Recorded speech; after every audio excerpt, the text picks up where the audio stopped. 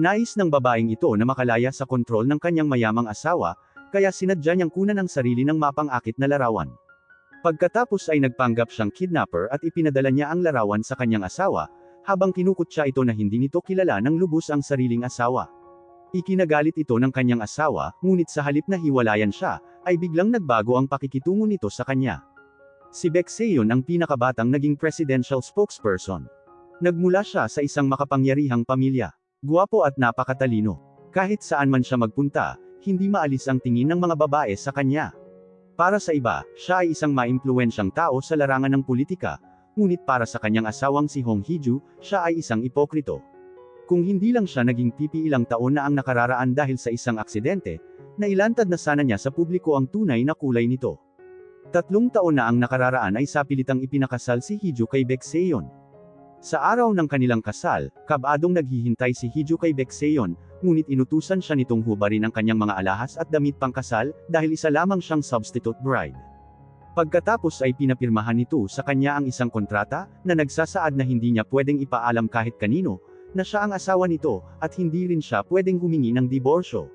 Kung lalabag siya sa mga patakaran, kailangan niyang magbayad ng 2 bilyong won. Doon nagsimula ang isang malungkot at malamig na pagsasama. Dahil malapit na ang eleksyon para sa pagkapangulo, hiniling sa kanya ng kanyang biyenang babae na si Mrs. Baek, na tumigil na siya sa kanyang trabaho at alagaan na lang ang pamilya. Nang nakaraang taon, sinabi ni Hee-ju na naiinip siya, kaya pinayagan siya ni Baek Seon na magtrabaho bilang sign language interpreter sa isang TV station. Hindi sang-ayon ang biyenan niya at sinabing ang pangalan at mukha ni Hee-ju ay hindi dapat kailanman isinapubliko. Pag-alis ni Mrs. Baek, pinagalitan si Hee-ju ng kanyang ina. Sinabihan siya nitong nagnakaw lamang siya ng asawa, kaya dapat gumawa siya ng paraan para makuha niya ang puso ng kanyang asawa. Sinisi siya nito dahil sa pagiging inutil niya. Labis na nasaktan si Hee-ju, dahil lahat na lang ay ayaw sa kanya. Sa kabila ng malakas na buhos ng ulan, malungkot siyang nagmaneho pauwi. Binuksan niya ang radyo, ngunit patuloy na nawawala ang signal. Ayon sa GPS, wala na siya sa kanyang ruta. Nang sinubukan niyang magdahan-dahan, pero sa halip, ay bumilis ang sasakyan. Nagpapanik na tinapakan niya ang preno ngunit hindi ito gumana. Pilit niyang iniwasan ang mga sasakyan, hanggang sa bigla niyang pinihit ang manibela, para mapahinto ang sasakyan. Sinubukan niyang lumabas pero hindi niya mabuksan ang pinto. Bigla niyang naalala ang news na ibinalita niya kanina, tungkol sa mga hacker na naglalagay ng malicious code sa mga GPS system ng kotse, upang kontrolin ang mga ito ng malayuan. Maya-maya, biglang may malaking truck na paparating. Walang magawa, takot na nagtakip na lang siya ng mukha. Sa kabutihang palad, nagawang lumihis ng truck. Ngunit sa paglingon niya, isang lalaking nakaitim ang nakita niya. Isinara nito ang teleponong ginamit nito upang kontrolin ang sasakyan niya, at naglakad palapit sa kanya. Madali rin itong nabuksan ang nakalock na pinto ng kotse niya. Samantala, nakatanggap si Baek Seon ng tawag, mula sa isang di kilalang numero. Sinabi ng caller na papatayin nito ang kanyang asawa. Pero biglang naubusan ng battery ang phone niya. Mabilis niyang kinuha ang charger. Inakala niyang prank call lang iyon, pero tinawagan pa rin niya ang kanyang biyenan, para tanungin kung nasaan ang kanyang asawa. Sinabi ni Mrs. Hong na kasama nito si Hee-ju at uuwi pagkatapos ng hapunan. Sa pag-aakalang ligtas si Hee-ju, ibinaba niya ang tawag. Sinabihan niya ang kanyang mga assistant na i-trace ang foreign number. Pagbalik niya sa kanyang mesa, muling tumawag ang unknown number. Sinabi ng caller na may hawak siyang kutsilyo at nakatutok sa leeg ng kanyang asawa. Dahil iniisip ni Baek Seon na isa itong prank, sinabi niya sa caller na ituloy lang nito ang pagpatay sa asawa. Hindi nagpatinag ang caller. Itinanong nito kung magkano ang ransom na ibabayad niya para mailigtas ang asawa. Sinagot niya ito na wala siyang balak na magbigay kahit 1 sentimo, sa kanya ibinaba ang tawag. Galit na galit ang kidnapper. Nagwala ito sa loob ng sasakyan, at aksidenteng nasugatan ang leeg ni Hee-ju. Pagkatapos niyon, hindi na sinagot ni Baek Seon ang mga tawag. Napagtanto ni Hee-ju na ganap na siyang inabandona ng asawa. Maya-maya, biglang sinagot muli ni Baek Seon ang tawag, pero aksidenteng nasagot lang pala ito ng kanyang assistant. Nagbanta muli ang kidnapper na papatayin nito ang kanyang asawa, ngunit pabaliwala niya itong sinagot na saka na lang tumawag ulit kung mayroon ng bangkay. Lalong nagalit ang kidnapper. Ang malupit na mga salita ng asawa ay naghatid kay Hee-ju ng matinding kawalan ng pag-asa. Bigla niyang diniinan ang gas, at ginusto na lang mamatay kasama ang kidnapper.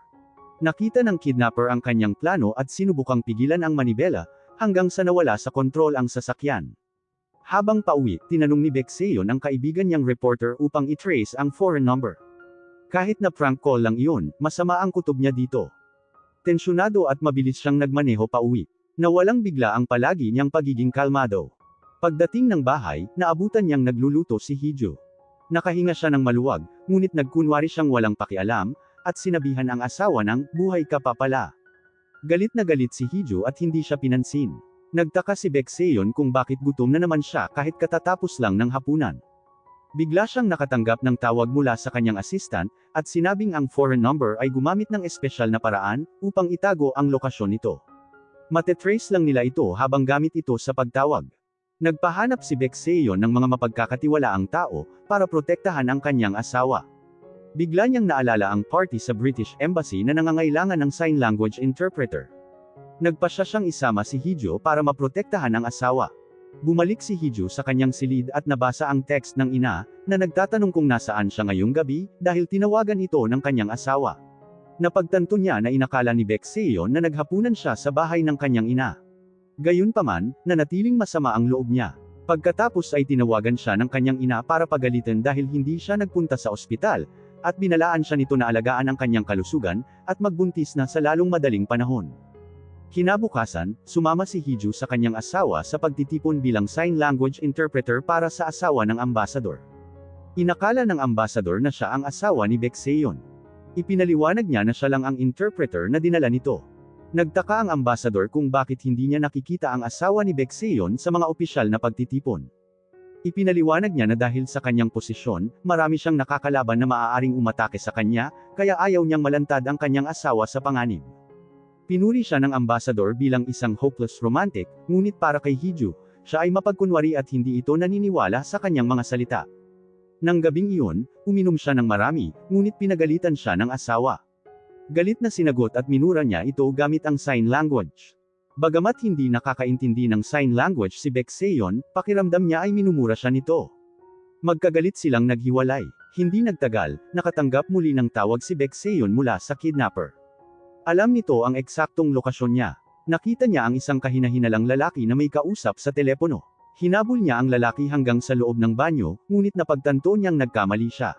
May ibang kausap ang lalaki. Sinubukan ni Baek Seon na patagalin ang tawag para matrace ng kanyang assistant ang numero.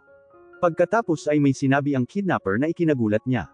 Hindi lang nito alam na si Hee-ju ang kanyang asawa, ngunit alam din itong substitute lang ito. Nakatakdang ikasal si Baek Seon sa panganay na anak na babae ng pamilya Hong, ngunit tumakas ito isang araw bago ang kasal. Kaya naman ipinalit si Hee-ju, ang pangalawang anak na babae ng pamilya Hong. Tinanong ni Baek Seon kung ano ang gusto ng kidnapper. Hiniling nito na iwanan niya si Hee-ju at ibalik ang kanyang orihinal na kasintahan. Kung hindi, isisiwalat niya ang iskandalo tungkol sa kanyang kasal. Samantala, sa kabilang dulo ng tawag ay si Hee-ju na nagtatago sa banyo. Dahil sa galit niya nang nagdaang gabi sa mga sinabi ni Baek Seon, hindi niya napigil ang muling magsalita. Nakaligtas siya sa aksidente samantalang ang kidnapper ay nawala ng malay. Sawa na siyang maging kaawa-awa kaya kinuha niya ang telepono ng kidnapper. Ayon dito, si Baek Seon lang ang matatawagan ng teleponong iyon. Mayroon itong voice changer at hindi matetrace sa loob ng 10 minutong tawag. Nagpasya siyang tawagan ang asawa, at magpanggap na kidnapper, upang bantaan at pilitin ang asawang hiwalayan siya. Galit na galit si Baek Seon hindi lang dahil sa banta kundi dahil nadamay na si Hee-ju. Inakusahan siya ng caller na isang ipokrito. Kahapon lang ay kinidnap, at halos mamatay ang kanyang asawa, ngunit baliwala lang niyang ibinaba ang telepono. Napagtanto ni Baek Seon na totoong naharap sa malaking panganib ang asawa. Sa galit, sinuntok niya ang pader at sumumpang huhulihin ang kidnapper. Pagkaraan ng 10 minutong safe call, mabilis na pinutol ni Hee-ju ang tawag. Lumabas siya ng banyo at nakita ang asawa sa di kalayuan. Sa takot na mabisto, palihim siyang umalis, ngunit napansin siya ni Baek Seon. Dinala ni Baek Seon ang asawa sa isang bakanting silid, at dahan-dahang inalis ang damit nito. Nakita niya ang mga sugat nito. Saka lang niya nakumpirma na nakidnap nga kahapon ang asawa. Tinanong niya kung bakit hindi nito sinabi sa kanya ang nangyari. Hindi sumagot si Hee-ju, dahil hindi siya naniniwala sa pag-aalalang nakikita sa asawa. Kahapon ay hinayaan lang nitong masaktan siya ng kidnapper. Sinabihan siya ng asawa na kukuha ito ng mga bodyguards para sa kanya, at pinapunta rin siya nito sa ospital para magpa-check up. Pagkatapos, ay tinawagan niya ang assistant upang ipasuri ang listahan ng mga bisita sa pagtitipon, at imbestigahan ang bawat isa. Pagka-uwi sa bahay, hiningi niya kay Hee-ju ang susi ng kotse. Gusto niyang i-check ang dashcam para imbestigahan ang kidnapper. Naalala ni Hee-ju ang pagsasalita niya at pagmumura kay Baek Se-yeon ng nagdaang gabi, at mabilis na tumakbo papunta sa parking lot. Sa kabutihang palad, walang na-record sa dashcam. Maya-maya, may dumaang motorsiklo. Agad na hinila ni Baek Se-yeon ang asawa sa kanyang mga bisig, at pinagalitan ng rider dahil sa pagiging kaskasero nito. Dahil sa biglaang pagkakalapit, ay naging asiwa silang dalawa. Sinabihan ni Baek Se-yeon ang asawa na huminto na sa kanyang trabaho, at manatili na lang sa bahay. Tumanggi si Hee-ju. Nais niyang patuloy na magtrabaho. Walang nagawa si Baek Se-yeon kundi pumayag, ngunit sa kondisyong magsasama siya ng bodyguard. Kinabukasan, pumunta si Hee-ju sa korte bilang sign language interpreter. Naghintay sa labas ang babaeng bodyguard na ipinadala ni Baek Se-yeon. Pagkatapos ng paglilitis, nag-away ang kliyente ni Hee-ju at ang asawa nito. Nagmamadaling tumulong ang bodyguard. Sa kabilang banda, isang lalaki ang dahan-daang palapit. Palabas na sana si Hee-ju, ngunit may nakita siyang anino. Naalala niya ang kidnapper at natakot siya. Hindi nagtagal ay napansin ng mga gwardya na nawawala si Hee-ju, at mabilis na inireport ito kay Baek Se-yeon na kasalukuyang nasa meeting. Labis itong nabalisa. Ang magandang balita, mabilis na nahanap ng mga bodyguard si Hee-ju, ngunit ang masamang balita, may kasama itong lalaki. Nagsa-sign language sila at masayang nagtatawanan. Nakita ni Baek Se-yeon ang larawang ipinadala ng bodyguard, at nakadama ng selos. Napagbuntunan tuloy niya ng galit ang bodyguard. Ang lalaki ay si Sang-woo, isang psychiatrist na matatas sa sign language. 3 taon na ang nakalipas, biglang nawala si Hee-ju. Kamakailan, muli siyang natagpuan ni Sang-woo, matapos siyang makita sa balita bilang sign language interpreter. Nang linggong iyon, nagsimula itong magtrabaho sa isang programa sa TV station, kung saan din nagtatrabaho si Hee-ju. Bago umalis, kinuha ni Sang-woo ang numero ng telepono ni Hee-ju. Tila may espesyal na nararamdaman ito para sa kanya. Pagka-uwi sa bahay, dumating ang kanyang ina. May dala itong halamang gamot at isang set ng sexy lingerie at sinabihan siyang magbuntis na sa lalong madaling panahon. Mariing tumutol si Hee-ju. Pinaalalahanan siya ng kanyang ina sa pangakong binitawan niya nang magpakasal siya, kapalit ng kanyang kapatid. Kung hindi siya papayag pumalit sa kasal, mapapaalis ang kanyang ama sa nursing home. Nawalan siya ng lakas ng loob na lumaban pa. Naligo siya. Nagbihis at hinintay ang asawa. Isang ideya ang biglang naisip niya.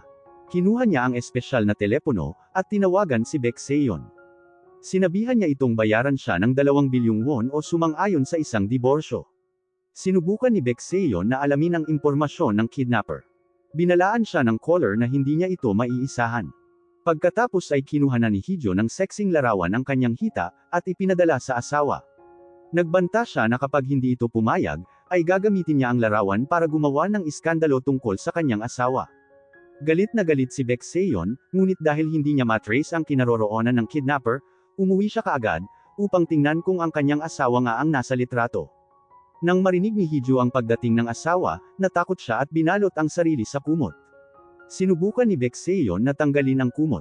Mahigpit na kumapit si Hee-ju pero hindi niya ito napigilan. Nagkatitigan sila. Asiwang umiwas si Hee-ju. Hindi itinuloy ni Baek Se-yeon ang pagsuri sa hita niya. Sinabihan na lang niya ang asawa, na dumalo sa sign language interpreter interview sa Presidential Office kinabukasan. Sa sala, inalala ni Baek Se-yeon ang kanilang kasal, 3 taon na ang nakararaan. Pag-uwi niya, nakita niyang naghanda si Hee-ju ng pagkain. Sa tagal nitong naghihintay sa kanya, ay nakatulog na ito. Napangiti siya dahil ang cute nitong tingnan. Nagising si Hee-ju at nang makita siya, ay ininom nito ang alak, at tinangkang akitin siya, na utos ng sariling ina. Napansin ni Baek Se-yeon ang takot ng asawa, at binalaan itong huwag umastang puppet sa paligid niya, o sundin ang utos ng ina nito. Pagkatapos ng gabing iyon, hindi na sila nagkalapit pang muli. Nang magising si Hee-ju kinabukasan, nagulat siya nang makitang hindi pumasok sa trabaho ang asawa. At ang mas ikinagulat niya ay ipinaghanda pa siya nito ng almusal. Pagkatapos ay tinanong siya nito, kung mapagkakatiwalaan ang lalaking kausap niya kahapon. Isinulat ni Hee-ju sa telepono, na si Sang-woo ay isang mabuting tao. Pagkabasa ng kanyang sagot, nagalit si Baek Se-yeon at umalis. Pagkatapos ay binisita ni Hee-ju ang kanyang ama na may sakit sa pag-iisip. Ginamit ni Mrs. Hong ang mga gastusin sa pagpapagamot ng kanyang ama, para pilitin si Hee-ju na maging kasangkapan niya para magkaroon ng impluwensya. Samantala, ipinakita ng assistant kay Baekseon ang isang bagay na kahina-hinala mula sa surveillance. Tila walang kahirap-hirap na sumakay sa kotse ni Hee-ju ang lalaking nakaitim. Hindi niya maintindihan ang pangyayari. Hiningi niya ang opinyon ng kaibigan niyang reporter tungkol dito, na nagkunwaring sa ibang tao ito nangyari. Agad namang sinabi ng kaibigan na nagtataksil at may ibang karelasyon ang babae. Maya-maya, tinawagan ni Hee-ju si Baekseon, na muling nagpanggap na kidnapper, para i-pressure siya, ngunit sinabihan lang siya ni Baekseon na tumawag muli pagkalipas ng 5 minuto. Nang muling tumawag si Hee-ju, panay ang pananakot niya sa asawa, nang bigla siyang nakarinig ng pagsabog. Nagmadali siyang umuwi, ngunit hindi dumating ang kanyang asawa ng gabing iyon. Kinabukasan, ibinalita sa TV ang isang insidente ng pambobomba. Isang misteryosong lalaki ang sumalakay sa opisina ni Baekseon. Ipinarinig din sa balita ang recording ng pagbabanta sa kanya. Nataranta si Hee-ju. Nang sandaling iyon, dumating si Baekseon na madumi at pagod na pagod. Binuhat niya si Hee-ju papunta sa dining table para tingnan ang hita nito, ngunit pilit siyang pinigilan ni Hee-ju. Nakaramdam ng takot si Hee-ju sa lalaking nasa harapan niya, ngunit ang hindi niya alam, matagal na siyang lihim na tinutulungan ng asawa. 3 taon na ang nakalilipas, binantaan ni Hong Ina si Baekseon na kanselahin ang kanilang arranged marriage. Tinanong ni Baekseon kung magpapakasal pa rin si Hee-ju sa isang mayamang playboy at kinumpirma iyon ng dalaga. Kinutya pa nito ang ina ni Hee-ju dahil hinayaan nitong ipasok ang sariling anak sa gulo. Iginiit ni Baekseon na matutuloy pa rin ang kasal ayon sa plano, ngunit ipapalit si Hee-ju bilang kanyang bride. Sa unang pagkakataon makalipas ang 3 taon nilang kasal, ngayon lang nakapasok si Baekseon sa kwarto ng kanyang asawa. Sinubukan niyang hoiin ang palda nito, para tingnan ang hita nito, ngunit pilit siyang pinigilan ni Hee-ju. Nang nagdaang gabi, nakatanggap si Baekseon ng nagbabantang tawag, nang biglang nakarinig ang mga kasamahan niya ng ingay, sa labas ng opisina. Pagbukas ng assistant niya ng pinto, nakita nito ang isang pizza box delivery. Ngunit bago pa man sila makapag-react, sumabog na ito, na nagdulot ng pagkasira ng buong opisina. Nang magkamalay si Baekseon, ni-report ng assistant niya na wala namang namatay sa pagsabog. Nakita sa surveillance footage, ang isang lalaking nakamask, na tila nanunuya pa sa harap ng kamera. Mabilis na tumawag si Baekseon upang kumpirmahin, kung ligtas nang naiuwi ng mga bodyguard ang asawa. Saka lang siya nakahinga ng maluwag. Ang tanging clue niya ay ang ipinadalang larawan ng hita ng asawa. Naisip niyang ang mga banta, ay konektado sa kanyang asawa. Nagmadali siyang umuwi. Pagdating niya, binuhat niya si Hee-ju at inihagis sa kama. Nang tanungin niya ito, tumanggi itong kilala nito ang kidnapper. Nagpasya siyang tingnan ang nunal sa hita nito, para makumpirma kung totoo ang larawan, ngunit pilit siya nitong itinulak palayo. Nagalit si Hee-ju, at sinabing pareho lang silang biktima. Nang makita ang nakakaawang ekspresyon nito, napagtanto niyang wala nga itong kinalaman. Maya-maya, tumunog ang phone niya. Pagkatapos mag-sorry kay Hee-ju, nagmadali siyang pumunta sa study room. Ayon sa bagong impormasyon, may ilang mga kaso ng arson sa kanilang lugar sa nakalipas na 6 na buwan.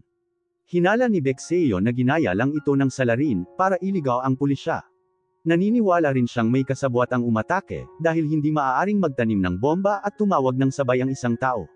Lingid sa kanyang kaalaman, palihim na nakikinig si Hee-ju.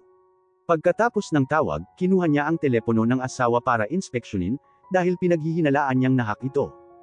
Samantala, pasipol-sipol ang lalaking ito habang naglilinis ng isda. Ipinagyayabang niya ang pagsabog na naganap, sa kausap niyang isang misteryosong tao, na nakasave bilang master, sa kanyang telepono.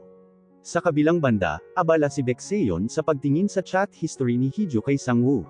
Nakita niya ang larawan ng dalawa, kung saan tila tuwang-tuwa si Hee-ju, na ikinaselos niya.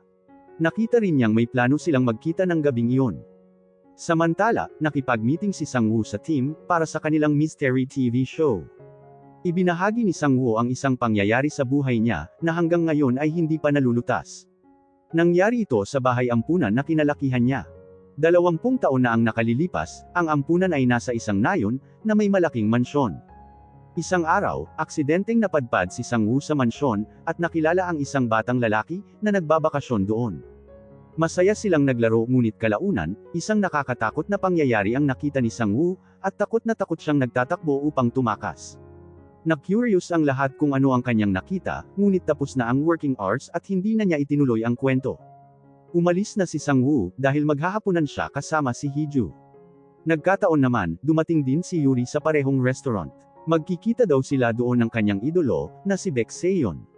Pagdating ni Baek Seon, naupo ito sa table nila at nagkunwaring nakatrabaho na si Hee-ju dati. Habang kumakain, panay ang pag-alalay ni Sang-woo kay Hee-ju at nag-usap sila gamit ang sign language. Nakaramdam ng selos si Baek Seon at nagsimulang tanungin si Sang-woo na tila iniimbestigahan. Naaasiwang tumayo si Hee-ju at nagdahilang magbabanyo upang umiwas. Nakatanggap si Baek Seon ng tawag mula sa kanyang assistant. Nahuli ng pulis ang isang arsonist, ngunit hindi daw ito ang nagpasabog ng kanilang opisina. Ayon sa arsonist, isang kahina-hinalang lalaki ang nakita niya isang gabi, na pinasabog ang shed ng mga ligaw na pusa. Nagduda si Baek Seon sa lalaking iyon. Matapos ibaba ang telepono, pinigilan siya ng asawa. Inakusahan siya ni Hee-ju na pinakialaman niya ang telepono nito, kaya nagkita sila sa lugar na iyon. Nainis din ito sa kanya dahil sa ugaling ipinakita niya kay Sang-woo. Nagalit si Baek Seon dahil sa pagtatanggol ni Hee-ju sa lalaki, at sinabing napakadali niyang magtiwala sa iba. Ipinaalala niya sa asawa, na magkakilala na sila sa loob ng 20 taon, ngunit hanggang ngayon, hindi pa rin siya nito nauunawaan. Bago umalis, hiningi ni Baek Seon kay Sang-woo ang business card nito. Pagbalik sa opisina, ibinigay niya ang business card ni Sang-woo sa kanyang assistant para paimbestigahan ito. Nalaman nilang sikat na online personality si Sang-woo, lalo na sa mga kababaihan, dahil sa pagpo-post nito ng mga video, ng kanyang matipunong pangangatawan. Naiinis na bubulong-bulong si Baek Seon. Nang gabing iyon, pauwi na sana si Hee-ju, nang makontrol muli ang kanyang sasakyan. Nagpatugtog bigla ang radyo ng kanta, na may pamagat na Call Me Now. Takot na inakala niyang nasa malapit lang ang kidnapper. Makaraan ng ilang sandali, bumalik sa normal ang lahat. Nagmadali siyang umuwi, at kinuha ang espesyal na telepono, ngunit narinig niya ang pagdating ni Baek Seon. Para makalabas, nagdahilan siya dito, na bibili ng beer at ice cream. Pinigilan siya nito, at sinabihang manatili na lang sa loob ng bahay, at ito na ang bibili. Pagkaalis, ginamit muli ni Hee-ju ang telepono, at tinawagan ang asawa, para hilinging hiwalayan siya. Nagtalo sila na parang magkaharap lang sila. May hinala si Baek Seon na si Hee-ju ang talagang target ng caller, at sinabi niya ditong hindi niya hihiwalayan ang asawa. Nagtaka si Hee-ju sa malasakit ng asawa sa kanya. Pagbalik ni Baek Seon, mariin itong sinabi kay Hee-ju na hindi ito makikipaghiwalay. Akala ni Hee-ju ay nahuli na siya, ngunit idinugtong nito, na ayaw lang nitong masira ang reputasyon nito, nang dahil lang sa hiwalayan. Pagkatapos ay pinunasan nito ang foam ng beer sa labi niya, na labis na nagpalito sa kanya. Pinaalalahanan siya nitong maghanda ng mabuti para sa interview niya kinabukasan. Sinabi ni Hee-ju na kung siya ang magiging official interpreter niya, ay malalaman ng lahat ang kanyang mukha at pangalan, na maaaring maging mapanganib para dito. Napansin ni Baek Seon na tila sobra ang tiwala niyang makakapasa nga siya. Sinabi ni Hee-ju na sa kabila ng kawalan niya ng karanasan, kayang-kaya niyang hulaan ang kahulugan sa likod ng bawat ekspresyong ginagawa ng asawa. Nang marinig ito, lumapit si Baek Seon sa kanya at sinabing hulaan kung ano ang iniisip niya. Nang gabing iyon, magkatabi silang natulog sa kama ni Hee-ju. Noong una, tumanggi si Hee-ju, ngunit kalaunan, wala rin siyang nagawa, kaya tahimik na lang siyang humiga. Nang makatulog na, kinumutan siya ng asawa at tahimik na itong lumabas. Kinabukasan, nagising siya mula sa isang bangungot. Naalala niya nang maaksidente sila noong bata pa siya, kasama ang mga anak ng stepfather niya. Naging bingi ang panganay na babae, at namatay naman ang bunso. Si Hee-ju lang ang maswerteng hindi napinsala. Natakot ang kanyang ina na mapag-initan ng mayaman nitong asawa, kaya pinagbantaan niya si Hee-ju. Simula noon hindi na siya muling nagsalita. Samantala, tinangay ng kidnapper ang ama ni Hee-ju, at tinawagan siya. Alam nitong nasa kanya ang espesyal na telepono. Nang makitang bihag nito ang kanyang ama, inamin ni Hee-ju na ginamit niya ang telepono, para makipaghiwalay sa asawa. Sinabi ng kidnapper na tugma ang kanilang layunin, kaya pumayag itong gamitin muna niya ang telepono, ngunit ipinakita nito sa kanya, ang ilang dugo ang ngipin bilang pagbabanta, sakaling tumakas siya. Takot na sumugod si Hee-ju sa ospital. Sa kabutihang palad, hindi naman nasaktan ang kanyang ama. Nang magising ito, paulit-ulit na sinabi ng ama, ang bilin ng kidnapper, na tawagan niya ito. Habang papunta sa police station, gumawa ng kakaibang ingay ang radyo ng sasakyan. Napagtanto ni Hee-ju, na kagagawan na naman ito ng kidnapper. Bigla niyang naalala ang mga dugo ang ngipin. Nagka-panic attack siya, at nagpumilit bumaba ng sasakyan. Naawa siya sa sarili, at napaisip, kung may saysay pa ba ang mabuhay siya.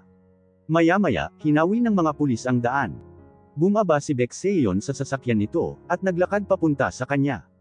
Tinanong ng pulis ang kanilang relasyon. Hindi na itinago ni Baek Seon ang totoo, at sinabing mag-asawa sila. Nakatanggap din pala ito ng tawag, mula sa nursing home kanina, at agad nitong pinuntahan ang biyenan.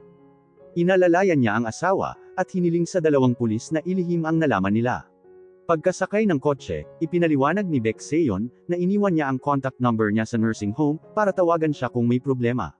Sinabi niyang ililipat niya ang biyenan sa isang bagong nursing home. Nang marinig ito, napaiyak si Hee-ju ng malakas. Sa kauna-unahang pagkakataon, narinig ni Baek Seon ang boses ng asawa. Nagulat siya nung una, ngunit labis siyang natuwa. Kinagabihan, nakatakda silang maghapunan kasama ang mga magulang ni Baek Seon. Bago iyon, dinala muna niya ang asawa sa kwarto. Ipinaliwanag niya kung bakit hindi pa niya ipinapaalam sa pulisya ang pangyayari. May hinala siyang may itinatago si Hee-ju tungkol sa kidnapper. Kapag nasangkot ang mga pulis, maaaring mabunyag kung anuman ang sekreto nito. Base sa ekspresyon nito, napagtanto ni Baek Seon na may itinatago nga ang asawa, ngunit hindi na niya ito tinanong pa. Sa halip, pinagpahinga muna niya ito bago bumaba, para kumain. Pinuntahan ni Baek Seon ang kanyang mga magulang, at ipinaliwanag na masama ang pakiramdam ni Hee-ju. Hindi niya pinansin ang mga patutsada ng ama. Nang magising si Hee-ju, nagmadali siyang bumaba. Humingi siya ng tawad sa kanyang mga biyenan, at umupo sa tabi ng asawa. Nilait siya ni Chairman Baek, at sinabing niloko siya ni Chairman Hong, dahil hinayaan nitong ang depektibong anak ang ipakasal, sa halip na ang panganay. Tinawag nitong inutil at walang kwenta si Hee-ju. Galit na binuksan ni Baek Seon ang pinto, at kinuha ang kamera, mula sa isang taong palihim na kumukuha ng larawan. Nais ni Chairman Baek na i-publish ang mga larawan nilang magkasama, upang mapalakas ang kampanya nito, sa paggamit ng katayuan niya. Binalaan niya ang kanyang ama na huwag gamitin ang kanyang estado para sa halalan. Sa galit, binato sila ni Chairman Baek ng baso. Sinugod siya nito at binala ang walang kahahantungan ang kayabangan niya. Pinaalalahanan niya ang kanyang ama, na dahil lang sa kanyang lolo, kaya siya nakatakbo bilang presidente, ngunit nakasalalay na sa kanyang tunay na kakayahan, kung siya ay mahahalal. Naghinala din siya, na ang nagbabanta sa kanya, ay ipinadala ng kanyang ama. Pagkatapos, ay hinila na niya si Hee-ju paalis. Sinubukan ni Hee-ju na kumawala sa kanya, ngunit hindi siya nito binitawan, at inihatid na pauwi. Maya-maya, tumawag ang assistant at ini-report, na peke ang mga ngiping natagpuan sa nursing home, at ang dugo ay mula sa hayop. Samantala, binalikan ni Hee-ju ang mga pangyayari ng araw na iyon. Nagpasya siyang huwag nang gamitin ang espesyal na telepono. Binalot niya ito at itinapon sa basurahan. Pagkatapos, tumawag ang mga kasamahan niya mula sa Sign Language Center, upang palakasin ang loob niya, para sa interview niya kinabukasan. Nakita niya ang asawa sa may pintuan, at hiniling din nito ang kanyang tagumpay, ngunit nakaramdam pa rin ng alinlangan si Hee-ju, dahil parehong mababa ang tingin sa kanya ng pamilyang Baek, at pamilyang Hong. Pinalakas ng asawa ang kanyang loob, at sinabing dapat siyang mabuhay para sa sarili. Kinabukasan, habang pinapanood ni Baek Seon mula sa kanyang opisina ang assessment ni Hee-ju, ay may napansin siya. Hindi nagtagal ay nakatanggap ng tawag ang examiners, at pinalitan ang test video. Maya-maya, seryosong pumasok si Baek Seon sa exam room. Napansin niyang halos sabay na sabay ang interpretasyon na ginagawa ni Hee-ju at minsan ay nauuna pa ito sa salita niya. Ipinaliwanag ni Hee-ju, na maraming beses na siyang nag-ensayo, gamit ang kanyang mga videos. Inutos ni Baek Seon na gumamit ng random videos ng kanyang mga talumpati. Ngunit kahit anong video man ang gamitin, mabilis at eksaktong na-interpret iyon ni Hee-ju. Matagal na palang pangarap ni Hee-ju na maging sign language interpreter para sa gobyerno. Pinag-aralan pa nitong mabuti, ang bawat galaw ng labi ni Baek Seon. Duda pa rin si Baek Seon kay Hee-ju kaya on the spot na pina-interpret nito ang mga sasabihin niya. Tungkol sa mga problemang kinakaharap ng mag-asawa ang tema ng speech niya. Nagpapahiwatig ito ng mga nakatagong sekreto sa pagitan nilang dalawa. Halo-halong emosyon ang naramdaman ni Baek Seon habang sinasabi ito, kaya mabilis siyang lumabas ng kwarto. Naalala niya ang sinabi ni Hee-ju, na tanging ito lang ang karapat-dapat sa posisyong iyon, ngunit hindi niya inakalang ganoon siya lubos na kilala ng asawa. Kinalaunan, nakatanggap si Hee-ju ng mensahe. Nakahanap na si Baek Seon ng bagong nursing home para sa kanyang ama. Paulit-ulit nitong binibigkas ang mga sinabi ni Baek Seon, na poprotektahan silang mag-ama. Napagtanto niyang dumalaw doon ang asawa, at nagdala pa ng mga supplies para sa ama. Lalo siyang naguluhan sa mga ipinapakita nito. Kinagabihan, ibinigay ng assistant kay Baekseon ang final result ng interview. Tinanong siya nito kung ano ang tingin niya kay Heeju, dahil nagustuhan ng lahat ang ipinakitang galing ni Heeju. Mariin siyang sumang-ayon dito at sinabing gusto rin niya si Heeju. Tinitigan niya ang larawan ni Heeju, at naalala ang una nilang pagkikita noong mga bata pa sila. Sa isang pagtitipon, nakaramdam ng pagkaasiwa si Baekseon. Hindi siya mahilig sa isda, pero pinagalitan siya ng kanyang ina, at pilit ipinakain sa kanya ang isda. Sa kabilang banda, gutom na gutom si Heeju, ngunit binalaan siya ng kanyang ina, na umayos at huwag magmukhang kaawa-awa. Sinabi nitong tularan ang mapinong pagkilos ng kapatid niya. Nakita iyon ni Baekseon, kaya kumuha ito ng pagkain. Dinala niya si Heeju sa isang tabi, at hinayaan itong malayang makakain. Nagpakilala siya dito, at isinulat naman ni Heeju ang pangalan niya sa palad nito. Doon nagsimula ang koneksyon nilang dalawa. Nang ipalit si Heeju bilang bride niya, nakaramdam siya ng tuwa, ngunit dahil sa maraming kadahilanan, ay hindi niya ito ipinakita sa asawa. Sa kabilang banda, nalaman ni Heeju na nagbalik na ang kanyang kapatid. Naalala niya ang gabi bago ang kasal, nang sabihin sa kanya ng kanyang ina, na magpakasal kapalit ng kapatid. Naalala din niya ang babala ni Baekseon sa araw ng kasal nila, na protektahan niya ang sarili. Nagmamadali niyang kinuha ang espesyal na telepono, at tinawagan ang asawa. Agad niyang hinikayat na makipaghiwalay ito sa kanya. Nag-aalala siya na ang pagbabalik ng kapatid, ay maghatid muli ng gulo sa buhay niya. Tumanggi si Baekseon, at sinabing may kasunduan na sila ng kapatid ni Heeju, na hindi sila magpapakasal. Kinabukasan, nagdaos ng anibersaryo ng kumpanya nila ang pamilya Hong. Pinagalitan muli si Heeju ng kanyang ina, at narinig din niya sa banyo ang panghahamak sa kanya ng mga bisita. Malungkot na pumunta siya sa rooftop, at tinawagan si Baekseon, gamit ang espesyal na telepono. Dahil sa impluensya ng alak, nakalimutan niyang nagpapanggap siyang kidnapper. Napag-usapan nila si Heeju. Tinawag niyang mahina at inutil ito. Mariing ipinagtanggol naman ni Baekseon ang asawa. Sinabi niyang hindi malungkutin si Heeju, bagkus ay masaya na itong tahimik na magmasid sa paligid. Hindi ito nasisilaw sa pera, sa halip ay nagpapaubaya ito sa kanyang ina, dahil sa pagmamahal sa pamilya. Sinabi din niya ang kamanghamanghang talento nito sa sign language. Tumulo ang luha sa mata ni Heeju. Ito ang unang pagkakataon na nakarinig siya ng ganoong papuri. Sa sumunod na sandali, lumitaw si Baekseon sa rooftop. Ang hindi alam ni Heeju, natuklasan na ng asawa ang kanyang sikreto. Sa istasyon ng pulisya, kinumusta ng dalawang pulis si Heeju, matapos nitong magsisigaw sa loob ng kotse, dahil sa takot. Nagulat si Baekseon, at hiningi ang kopya ng video. Namangha siya sa kanyang nakita. Naluha siya sa galak nang malaman niyang nakakapagsalita pala ang kanyang piping asawa.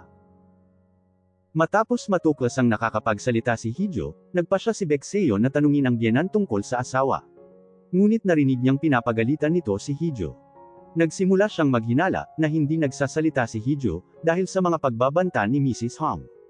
Binalaan niya ang biyenan, na itigil na ang pagmamalupit nito kay Heeju. Nagulat si Mrs. Hong. Napansin niya ang kakaibang malasakit nito kay Heeju. Pagkaraan, nakatanggap si Baekseon ng tawag, mula sa kidnapper. Nakita niya ang naiwang coat ni Heeju sa restroom, at napansin niyang huminto ang elevator sa rooftop. Nagmadali siyang pumunta doon, at naabutan niyang may kausap si Heeju sa telepono. Nataranta si Heeju, at pilit itinago ang telepono, ngunit aksidente siyang nahulog. Mabilis na sinalo siya ni Baekseon. Dahil sa takot at gulat, sininok ng malakas si Heeju. Nagulat si Baekseon nang marinig yun, at tinanong ito kung may kausap ito sa telepono. Biglang tumawag ang kanyang assistant, kaya nagkaroon ng pagkakataon si Heeju na tumakas. Iniulat nito na na-trace nilang nasa parehong hotel ang misteryosong caller niya. Nag-alala si Baekseon para sa kaligtasan ng asawa. Wala sa hinagap niya, na ito mismo ang laging kausap niya. Mabilis siyang bumaba sa hagdanan, at nakahinga lang nang makitang ligtas ang asawa. Pag-uwi sa bahay, itinaas niya ang palda ni Heeju, para tingnan ang pilat nito sa binti. Sinabi niya na hindi man lang umimik kahit konti si Heeju, habang hinahabol ito ng aso, noong bata pa sila. Tinanong niya kung hanggang kailan nito kakayaning manahimik lang. Hindi naunawaan ni Heeju ang sinabi ng asawa, ngunit naalala niya ang pangyayaring iyon. Noong bata pa siya, isinulat niya sa kanyang sanaysay, na pangarap niyang maging isang newscaster. Nang mabasa ito ng kanyang ina, pinagalitan siya nito. Binalaan siya nitong ipagpatuloy ang pagpapanggap na pipi, at itigil ang walang kwentang pangarap. Nagtatampong tumakbo si Heeju palabas ng bahay, ngunit nasalubong niya ang isang malaking aso. Sinugod siya nito, ngunit iniligtas siya ni Baek Seon. Sinabihan siya ni Baek Seon na dapat siyang matutong manindigan, at huwag magpaapi kahit sa kanyang magulang. Kinagabihan, pareho silang hindi makatulog. Hindi napigilan ni Baek Seon na tanungin ang asawa kung ano pa ang mga sekretong itinatago nito, ngunit imahinasyon lang pala niya iyon. Ayaw niyang ma-pressure si Hee-ju. Kinabukasan, tinanong niya ang assistant kung normal ba sa mag-asawa ang pagtatago ng mga sekreto. Sinabi nito na hanggat hindi pera ang itinatago ng asawa, hindi iyon magiging problema. Kung minsan, kahit alam mo ang sekreto ng iyong asawa, mas mainam nang magpanggap na walang alam, para bigyan ito ng pagkakataong makahinga. Sa kabilang banda, nakatanggap si Hee-ju ng acceptance letter mula sa opisina ng presidente. Natuwa ang mga kasamahan niya, at sinabihan siyang ibahagi ang balita sa kanyang pamilya, ngunit si Baek Seon lang ang tanging masasabihan niya. Dahil sa ilang beses niyang pag-aalinlangan, aksidenteng isang heart emoji ang kanyang naipadala. Naguguluhang tiningnan ni Baek Seon ang mensahe. Nagduda pa siya kung tama ang nakikita ng kanyang mga mata, kaya tinitigan niya itong mabuti. Iminungkahi ng kanyang assistant na magkaroon sila ng team building. Inasahan nilang tatanggi siya, ngunit nagulat ang lahat nang biglang sumang-ayon siya. Mabilis siyang lumabas ng meeting room na hindi inaalis ang tingin sa phone niya. Lihim na natuwa siya sa natanggap na mensahe, ngunit nag-aalala din siya kung paano re-replyan ang asawa. Ipinasya niyang batiin na lang ito sa pagpasa nito sa interview. Samantala, kabadong hindi matingnan ni Hee-ju ang telepono. Ngunit napangiti siya nang makita ang reply ng asawa. Sa kabilang banda, dinala ni Sang-woo si Yuri sa mansyon para sa show nila. Abandonado na ang mansyon, at nakakatakot ang paligid nito. Pumasok sila sa toy room. Sa kwartong iyon, malupit na pinatay ng batang lalaki ang isang pusa. Nakita iyon ni Sang-woo, at takot na tumakbo palayo. Hindi na siya nagbalik pa, hanggang sa kalaunan, ay may umampon sa kanya. Ilang mga bata din ang isinama niya sa mansyon. Hindi nagtagal, ang mga batang iyon mula sa ampunan, ay misteryosong nawala isa-isa. May hinala siyang sangkot ang batang lalaki sa pagkawala nila. Nagilty siya, kaya gusto niyang lutasin ang kasong iyon, sa pamamagitan ng kanilang show. Nalungkot si Yuri matapos itong marinig. Ibinahagi niya ang lahat ng impormasyon ni Sang-woo kay Baek Seon, nang walang pahintulot. Hindi yun ipinag-alala ni Sang-woo. Mas nag-alala pa ito, nang malamang magtatrabaho na si Hee-ju sa opisina ng presidente. Samantala, niregaluhan ni Baek Seon si Hee-ju ng business suit, para sa kanyang bagong trabaho. Ipinasukat din niya sa asawa ang isang damit, ngunit tumanggi ito. Nagtaka siya. Sinabi ni Hee-ju na hindi nababagay sa kanya ang mga magarbong damit, at wala rin namang okasyon na paggagamitan niya nito. Iminungkahi ni Baek Seon na subukan niya ang isang mas simpleng damit. Habang nagbibihis ang asawa, nakatanggap siya ng tawag mula sa assistant. Base sa kanilang pagsusuri, isang babae ang kanyang misteryosong caller. Nang sandaling iyon, lumabas si Hee-ju suot ang damit. Natulala si Baek Seon, at tinapos ang tawag. Sinabihan niya ang asawa, na tutulungan niya ito, na matigil ang pangmamaliit nito sa sarili. Hindi alam ni Hee-ju ang isasagot. Samantala, sa labas ng shop, pinagmamasdan sila ng kapatid ni Hee-ju, na si Ina. Pagkatapos ay niyaya ni Hee-ju si Baek Seon sa hapunan, upang i-treat ito. Nang sandaling iyon, nakatanggap si Hee-ju ng isang mensahe ng pagbati, mula kay Sang-woo. Napansin iyon ni Baek Seon, at tinitigan ang phone niya. Tatanggihan sana ni Hee-ju ang imbitasyon ni Sang-woo, ngunit sinabihan siya ng asawa, na tanggapin iyon at sasama ito. Habang naghahapunan, nagtalo ang dalawang lalaki, ngunit pinigilan sila ni Hee-ju. Binanggit ni Sang-woo ang pangarap ni Hee-ju, na maging isang newscaster. Noong nasa kolehiyo pa sila, na love at first sight siya sa dalaga, nang makita niya ito sa broadcast room. Tinukso sila ni Yuri, na baka may nakaraan silang relasyon. Nainis si Baek Seon, at muling nakipagtalo kay Sang-woo. Umalis si Hee-ju papuntang restroom para iwasan sila. Bigla siyang nakatanggap ng mensahe mula kay Ina, na kinukumusta siya. Ikinabahala niya ito. Nang hindi bumalik si Hee-ju, hinanap siya ni Baek Seon. Habang naglalakad, nakita niya ang dalawang magkapatid na babae. Naalala niya ang batang Hee-ju at Ina. Noon, madalas turuan ni Baek Seon si Ina. Lagi nitong katabi si Hee-ju, para isulat ang kanyang mensahe sa binging kapatid.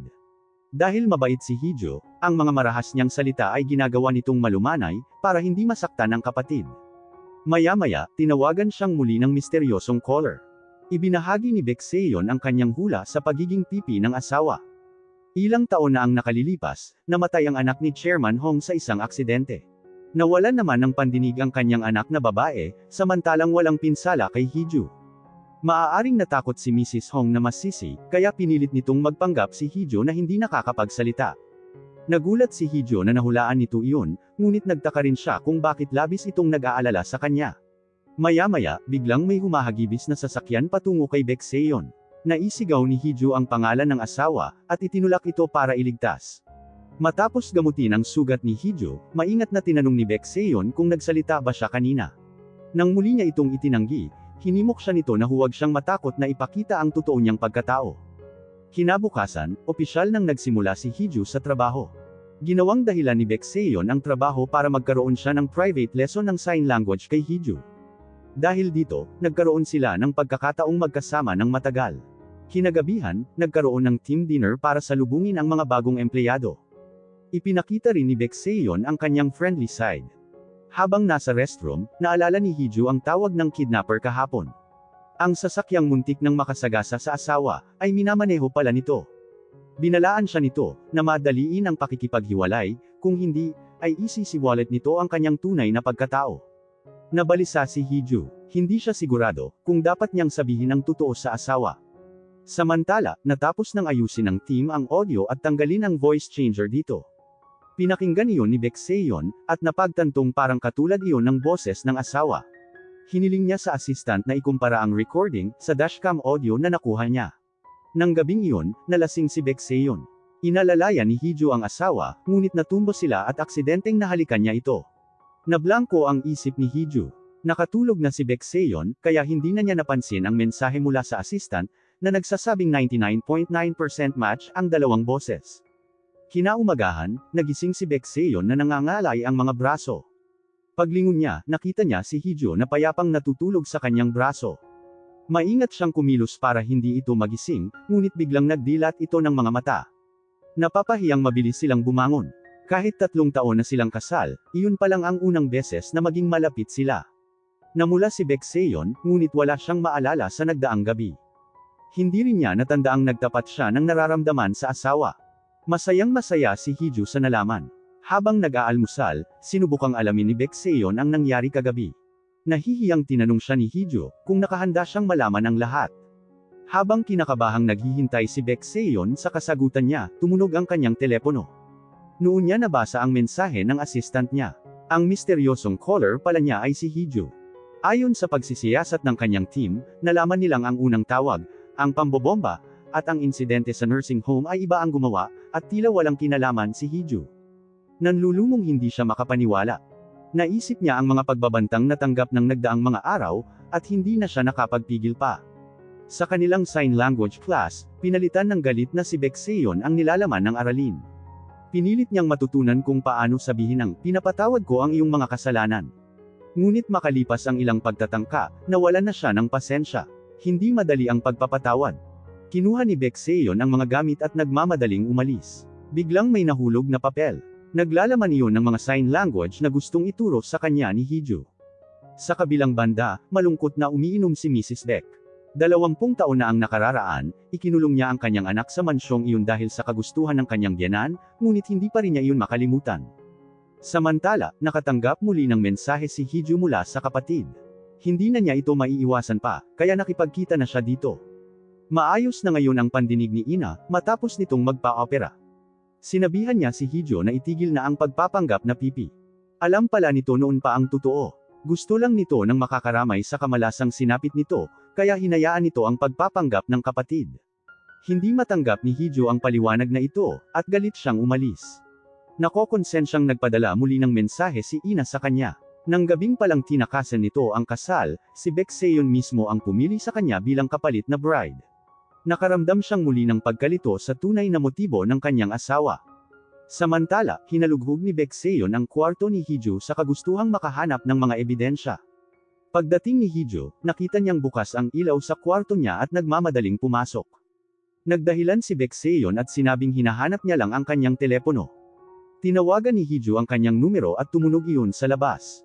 Biglang nakita ni Baekseon ang sexing pantulog. Inasar niya si Hee-ju, ngunit hindi sinasadyang bumagsak sila sa kama.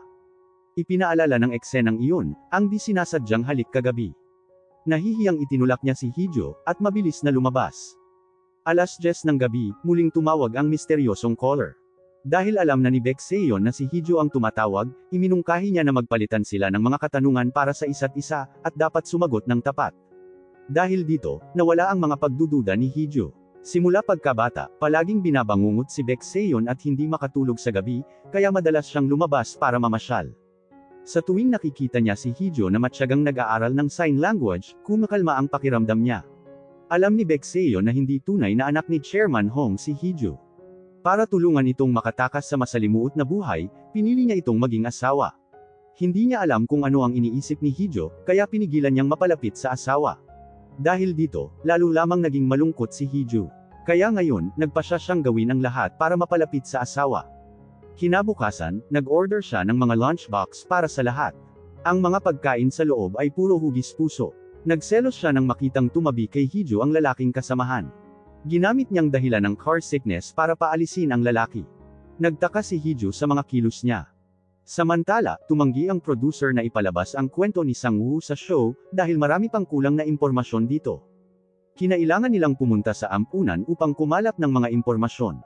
Ipinakita ng mga bata kay Yuri ang mga pangit na larawan ni Sang-woo. Isang larawan ng aksidenteng nahulog. Malinaw na kinilala ni Sang-woo ang 3 nawawalang bata, ngunit sinabi ng madre na 4 ang nawawalang bata. Ang ika-4 na lalaki ay ang nakatatandang kambal. Samantala, nakatanggap ang kidnapper ng mensahe mula sa kanyang master.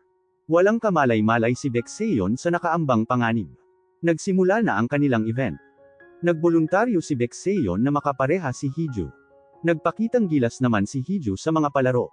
Nanalo sila sa unang palaro.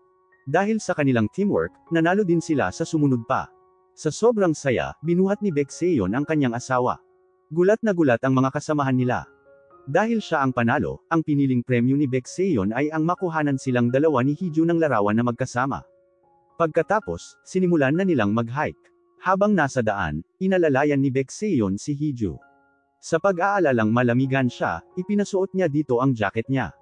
Sa tuktok ng bundok, kumuha ng group photo ang team. Nakilala ng ilang turista si Baek Seon at hiniling na magpakuha ng larawan kasama siya. Isang misteryosong tao ang tumulak kay Hijo sa bangin. Isang sigaw ang kanilang narinig pagkahulog nito. Labis na nabalisa si Baek Seon. Sumapit na ang gabi nang magkamalay si Hijo. Naalala niyang may tumulak sa kanya. Natakot siya at gusto niyang humingi ng tulong, ngunit nasira ang kanyang telepono. Sa kabutihang palad, gumagana pa rin ang espesyal na telepono. Gayunpaman, modified ang telepono at hindi ito makakatawag sa emergency services. Tanging si Baek Seon lang ang matatawagan niya. Nag-aalalang sinagot ni Baek Seon ang tawag ng misteryosong caller. Ngunit mabilis siyang nagkunwaring hindi pa niya alam na si Hijo ang kausap. Kinamusta niya si Hijo. Sinagot siya nitong puntahan ang labi ng kanyang asawa. Sinadyang banggitin ni Baek Seon na may flare sa bag ni Hijo. Kasunod ng kanyang mga tagubilin, na ituro ni Hijo ang kanyang lokasyon. Matapos makita ang mga paputok, agad na tumakbo si Baek Seon papunta sa asawa. Habang unti-unting nanghihina si Hijo, naisip niya ang asawa. Dumating ito sa buhay niya, sa panahong ang lahat ay ipinagwawalang bahala siya. Kapag natatakot siya, pinuprotektahan siya nito. Kahit ngayon na wala siyang sinasabi, nananatili pa rin ito sa tabi niya. Nagsisisi siya na hindi siya naging matapang, para magtapat dito ng kanyang nararamdaman. Nang imulat niya ang kanyang mga mata, pinigilan niya itong umalis. Ito ang unang pagkakataong narinig ni Baek Seon, na magsalita ang asawa, at marinig mula rito, na kailangan siya nito. Halo-halo ang kanyang emosyon. Unti-unting nagising si Hijo, at napagtanto niyang hindi na niya maitatago pa ang kanyang sikreto. Nagtaka siya dahil hindi siya kinompronta ng asawa. Naisip niyang makikipaghiwalay na ito sa kanya. Sakaling mang mangyari iyon ay handa siyang magmakaawa at humingi ng tawad dito. Nang muli silang magkita, nawalan siya ng lakas ng loob na magsalita.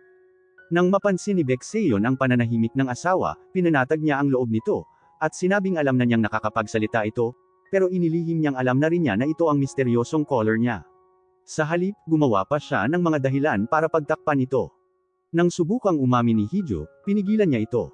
Sinabihan niya itong manatili sa ospital at magpagaling, habang inaayos niya ang mga kumakalat na balita at haka-haka. Mabilis na kumalat ang balita, tungkol sa pagkahulog sa bangin ng isang staff, mula sa Presidential Speech Department. Ginamit ito ni Chairman Beck para magsagawa ng press conference. Kinundena niya ang may kagagawan nito, at pinalabas na may kinalaman ito sa politika. Ginamit niya ang pangyayaring iyon para sa kanyang kampanya, at mapunta ang sisi sa mga kalaban niya. Pero taliwas sa inaasahan niya ang nangyari. Sinabihan ni Beck Seiyon ang kanyang departamento, na ilihim ang pagkakakilanlan ng biktima. Pagkatapos ay binalaan niya ang ama, na itigil ang ginagawa nitong panggagamit sa kanya. Galit na galit si Chairman Beck, at ipinaalala sa kanya, kung sino ang nagbigay ng kanyang pagkatao. Lumalabas na isang substitute din pala si Beck Seiyon. Noong bata pa siya, napilitan siyang kunin at gamitin ang identity ng iba, ngunit kahit kailan, ay hindi niya ito sinang-ayunan. Matapos kumalma, tinext niya ang asawa, para tanungin kung ano ang gusto nitong kainin. Inilista ni Hee-ju ang tteokbokki, fried chicken at cake. Ngunit dahil hindi iyon masustansya, mga prutas ang binili niya. Naninibago pa rin siyang marinig, na normal nang nagsasalita si Hee-ju. Sinabi niyang sasamahan niya ito sa ospital, hanggang sa ma-discharge ito. Nagulat at kinabahan si Hee-ju, lalo na nang marinig niya itong naliligo. Sari-saring malikot na pangitain ang pumasok sa isip niya. Pero ang totoo, inayos lang nito ang temperatura ng tubig, para tulungan siyang hugasan ang buhok niya. Matapos patuyuin ang buhok ng asawa, maingat na sinuklay ito ni Beck Seiyon. Nang makita niya ang mga sugat ni Hee-ju, na-guilty siya, dahil nabigo siyang protektahan ito. Binuhat niya ito at dinala sa kama, kinumutan at sinabing matulog na. Nakaramdam naman si Hee-ju ng pag-iinit ng mukha, at pagbilis ng tibok ng kanyang puso. Nang magising siya, wala na ang asawa. Tinawagan niya ito, ngunit hindi ito sumagot. Nagpadala ito ng mensahe, na nagsasabing may hinihintay itong tawag. Nang mapansing halos alas 10 na ng gabi, ginamit niya ang espesyal na telepono, para tawagan ito. Nagulat siya sa maharot na pananalita nito. Hinulaan nito ang edad niya, at tinanong kung maganda ba siya. Sinabi din nitong sa tingin nito ay sexy siya. Nainis si Hee-ju. Naging seryoso ang tono ni Beck Seiyon. Sinabi niyang alam niyang hindi ito kasabwat, at pinakiusapan itong makipagtulungan para mahuli ang mga salarin. Habang hinahanap niya ang kanyang asawa, nagdesisyon siyang lumaban, at ibalik sa mga salarin ang sakit na naramdaman ni Hee-ju ng ilang daang beses. Hiningi niya dito ang lahat ng impormasyon. Kinabukasan, ibinunyag ni Beck Seiyon, na ang pagkahulog sa bangin ay hindi isang aksidente, kundi isang planadong pagpatay. Pinalabas niyang siya ang biktima, at 2 linggo nang may nagbabanta sa kanya. Itinanggi din niyang may kinalaman ito sa politika. Gamit ang security footage, at ang mga paglalarawan ni Hee-ju, ipinakita niya ang sketch ng sospek. Ang sospek ay mayroong magkaibang kulay na mata, kakaibang amoy, at nauutal kapag nagsasalita. Humingi siya ng proteksyon sa pulisya, at sinabing mayroong kasabwat ang sospek. Galit na galit ang kidnapper nang makita ang kanyang sketch. Tinext niya ang master niya at nagreklamo. Ito ang tumulak kay Hee-ju, pero mukha niya ang nalantad sa publiko. Tinanong niya kung bakit si Hee-ju ang pinuntirya nito, samantalang si Beck Seiyon ang pakay nila. Sumagot ang master na wala nang balak makipaghiwalay si Hee-ju. Gusto niyang maramdaman ni Beck Seiyon, ang sakit ng pagkawala ng taong mahalaga dito. Pagkatapos, inutos ng master na bawiin ang telepono kay Hee-ju. Matapos mapanood ang balita, nag-alala si Hee-ju sa asawa.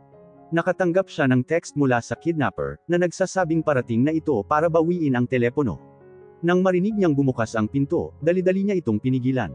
Nilock niya ang pinto, ngunit nagpatuloy ang mga katok. Takot na takot si Hee-ju, hanggang sa marinig niya ang boses ng asawa at natauhan siya. Umiiyak na niyakap niya ito at nawalan siya ng malay. Nang magising si Hee-ju, maingat na tinanong ni Beck Seiyon kung ano ang nangyari. Hindi ito sumagot, pero tinanong siya nito, kung nag-alala siya sa nangyari. Tinabihan niya ang asawa. Niyakap ito at sinabihang huwag siya nitong alalahanin, at magpahinga ng mabuti. Ngunit hindi makatulog si Hee-ju. Malapit nang mag-alas 10 ng gabi. Lumabas siya ng kwarto, at ginamit ang espesyal na telepono, para tawagan si Beck Seiyon. Tinanong niya kung kailan siya nito mahuhuli, at nagdesisyong makipagkita na dito. Kahit na nag-aalala siya na masaktan si Beck Seiyon, kapag nakita siya nito, ayaw na niyang tumakbo. Gusto niyang harapin ang mga problema kasama ito. Binuksan niya ang pinto, ngunit wala doon si Beck Seiyon. Tinawagan siya nito, at pinapunta sa amusement park.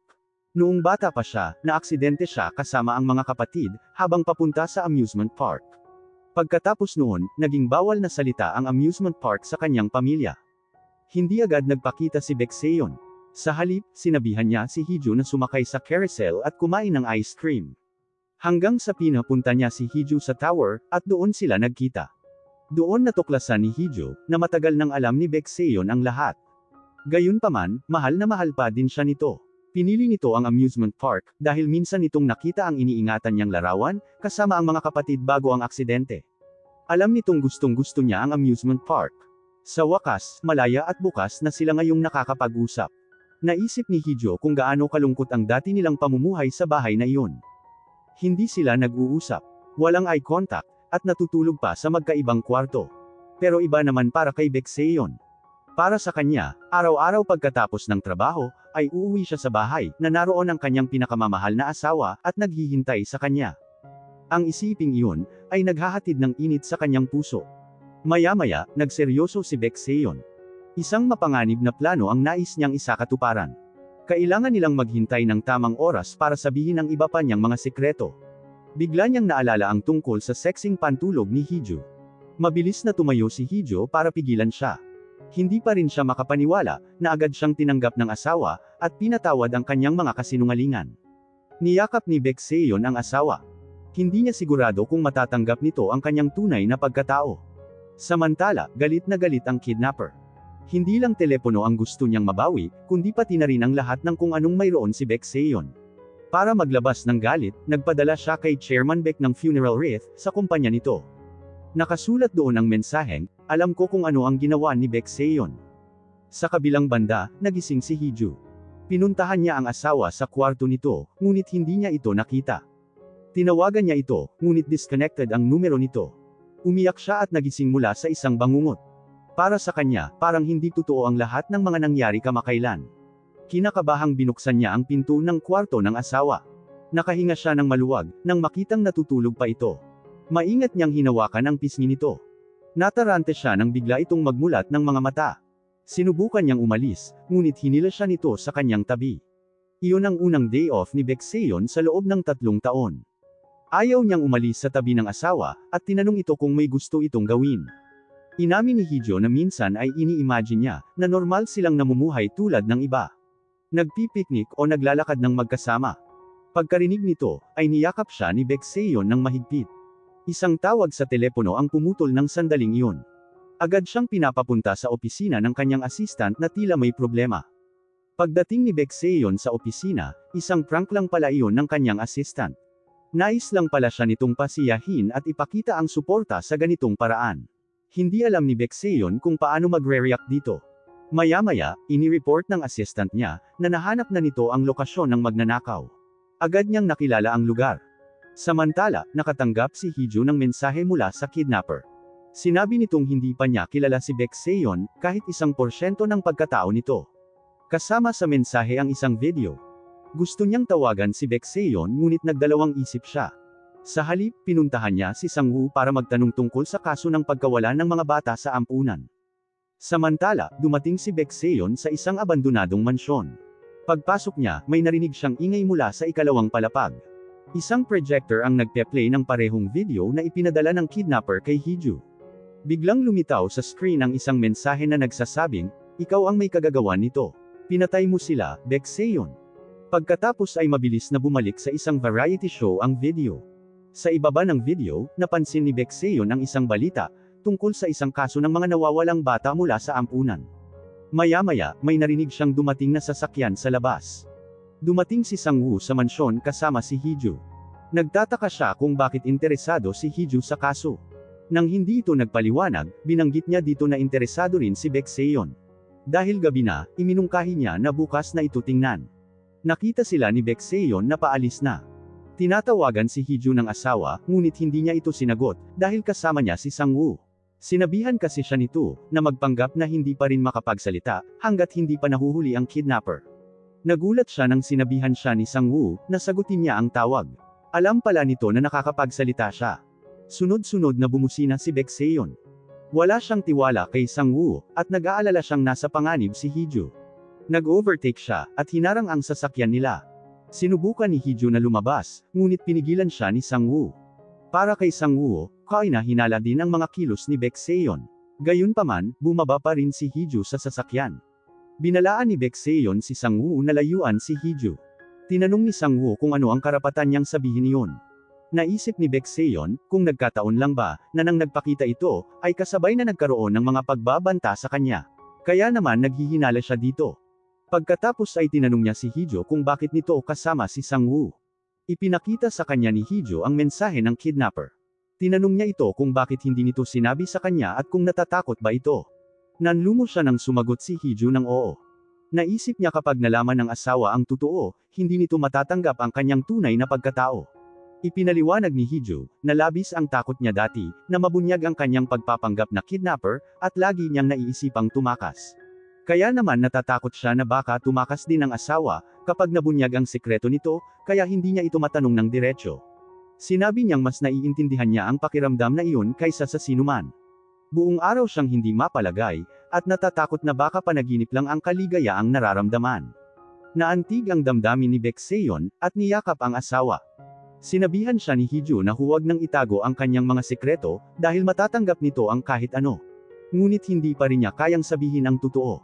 Sinabi lang niya dito, na handa niyang iwan ang lahat ng konektado sa kanyang pagkatao ngayon, pero hinding-hindi niya ito iiwan. Muli silang nagyakap ng mahigpit. Pinuntahan ni Ina ang kanyang ama, para alamin ang katotohanan. Nang gabi bago ang kanyang kasal, nakatanggap siya ng isang dokumento. Ito ay isang DNA report na nagsasabing si Baekseon at ang kanyang ama, ay hindi biologically related. May hinala siya na ang kanyang ama ang nasa likod nito, at tila tama siya. Nang gabing iyon, nakipagkita si Chairman Hong sa mag-asawang Baek, at hininging palitan ang bride. Noong una, tumanggi ang mag-asawa, ngunit ipinakita sa kanila ni Chairman Hong ang isang kontrata, na pinirmahan ng matandang Baek, habang nagmamakaawa ito sa kanyang harapan. Nakasaad sa kontrata, na dapat pumayag ang pamilya Baek, sa anumang kahilingan ni Chairman Hong, kaya walang nagawa ang mag-asawa kundi pumayag sa pagpapalit ng bride. Nalaman din ni Ina, na may kaugnayan din ang pamilyang Baek, sa aksidente nila noong bata pa sila. Iniwasan ni Chairman Hong na pag-usapan ang tungkol sa nakaraan, at inilipat ang paksa kay Heejo. Nang malamang pinagbabantaan din si Heejo, labis na nag-alala si Ina. Samantala, ang mag-asawang Baek ay ini-interview.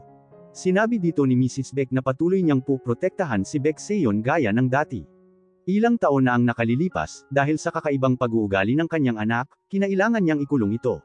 Madalas niyang ipaliwanag dito, na ginagawa niya ito upang protektahan ang anak. Samantala, nagsagawa ng press conference si Baekseon.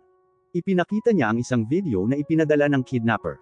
Humingi siya ng tulong, upang ma-decode ang kahulugan nito. Nangako siyang magbibigay ng eksklusibong panayam, sa sinumang makakahanap ng kahulugan nito.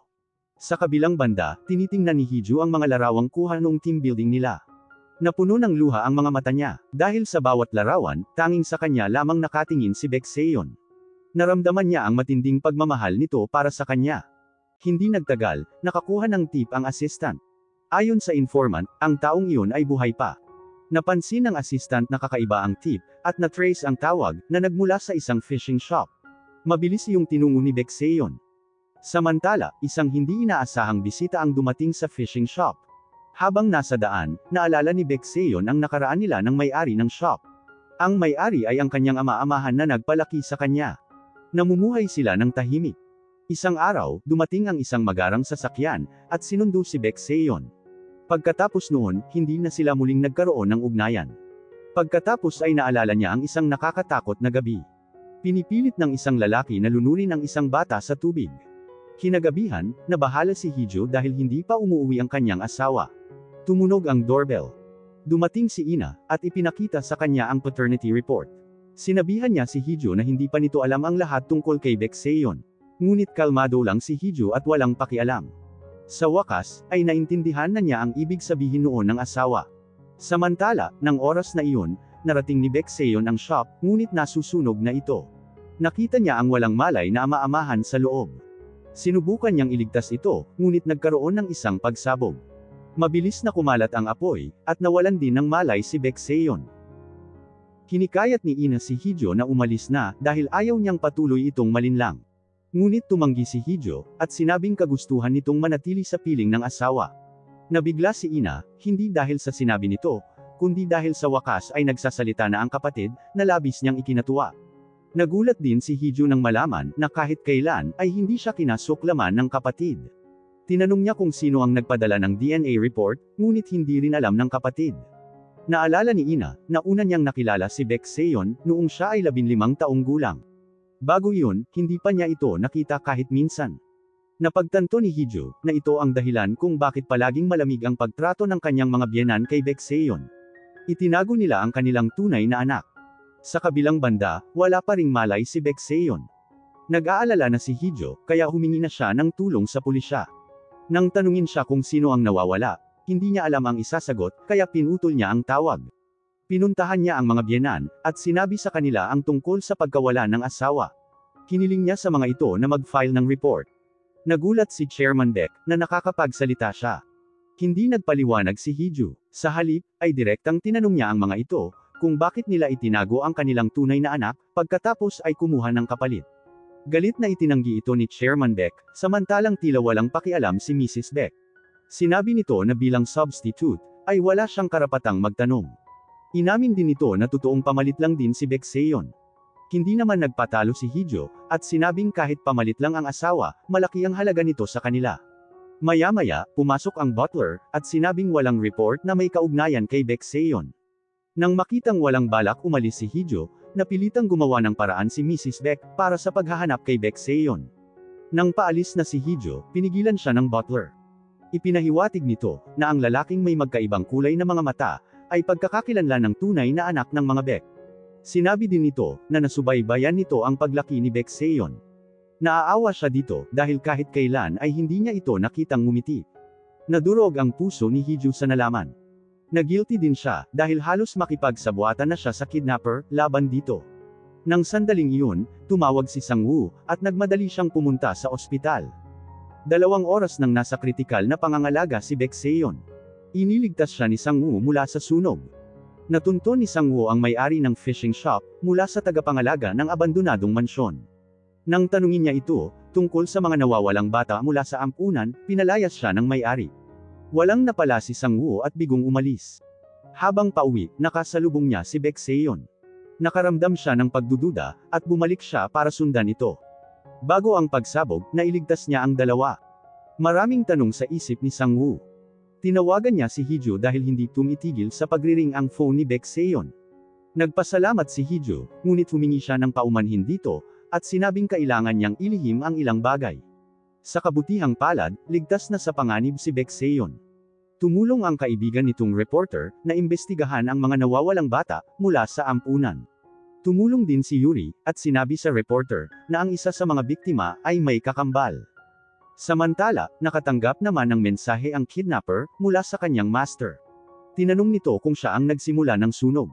Binalaan siya nito, na huwag muling kumilos ng mag-isa.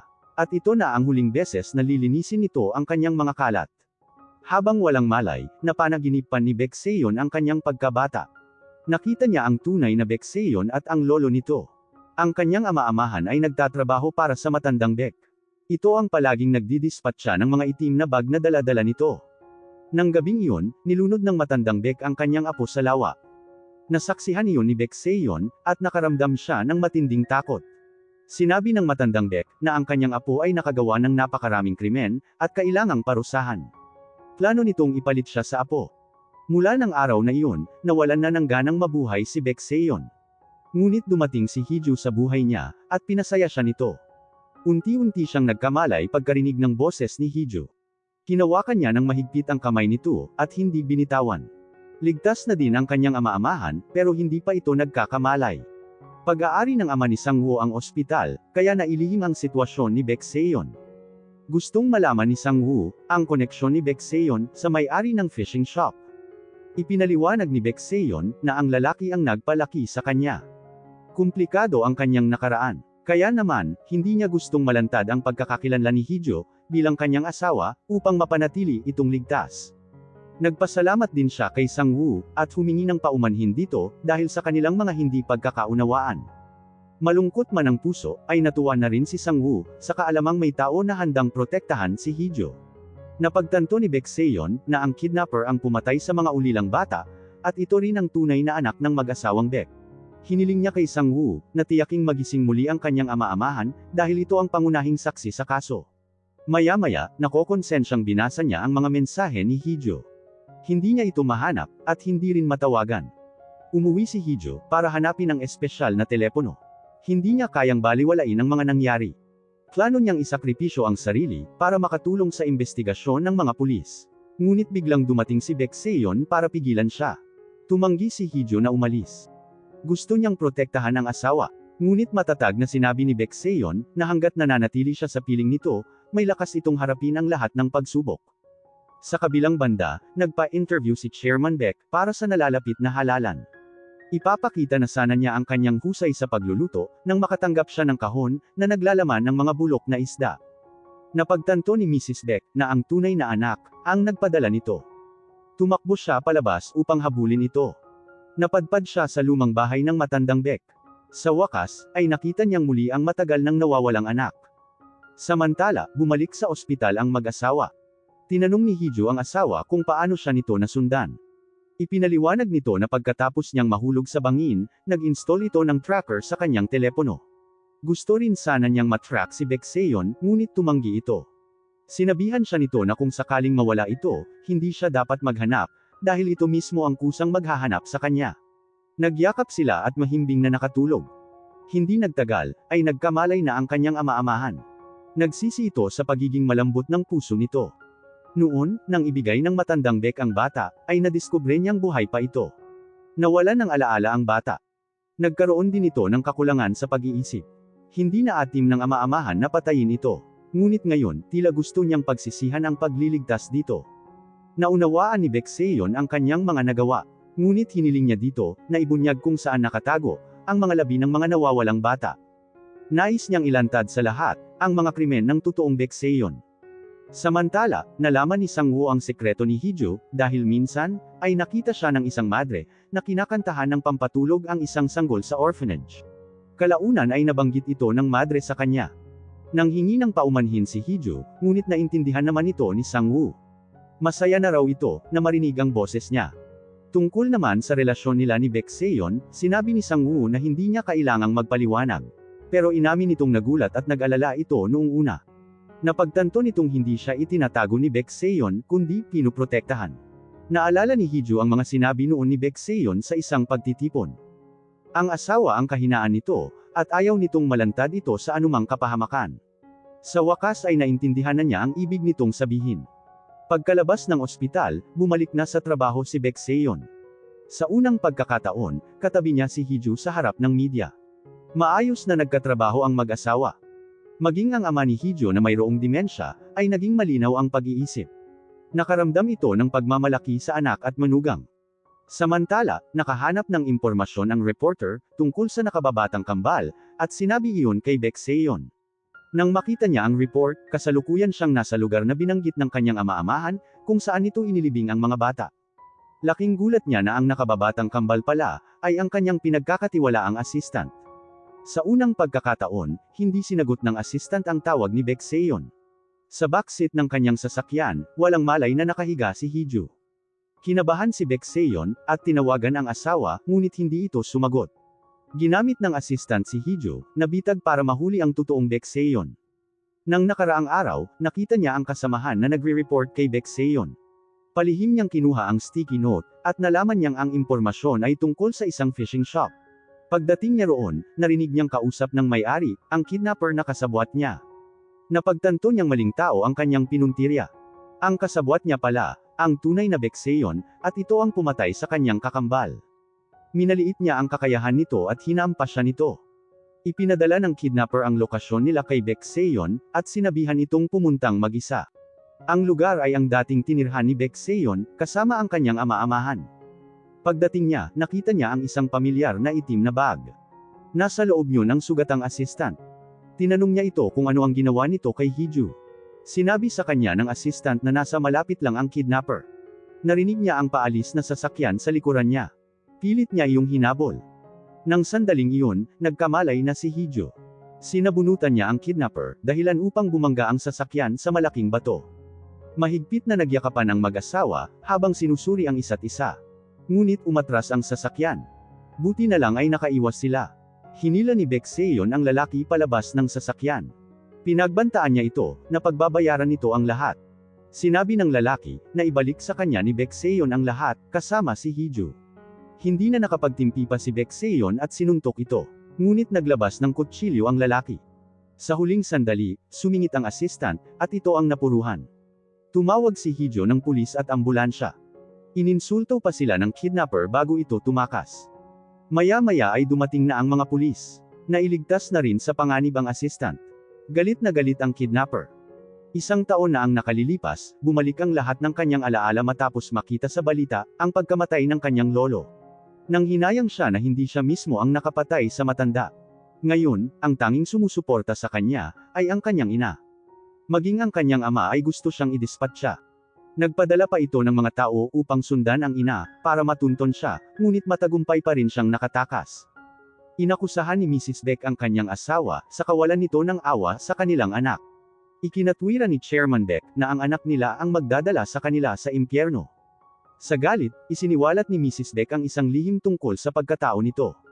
Sinabi ng ginang na ang anak at ang apo ay hindi katulad ng matandang Baek. Tanging si Baek Seon lang ang katulad nito.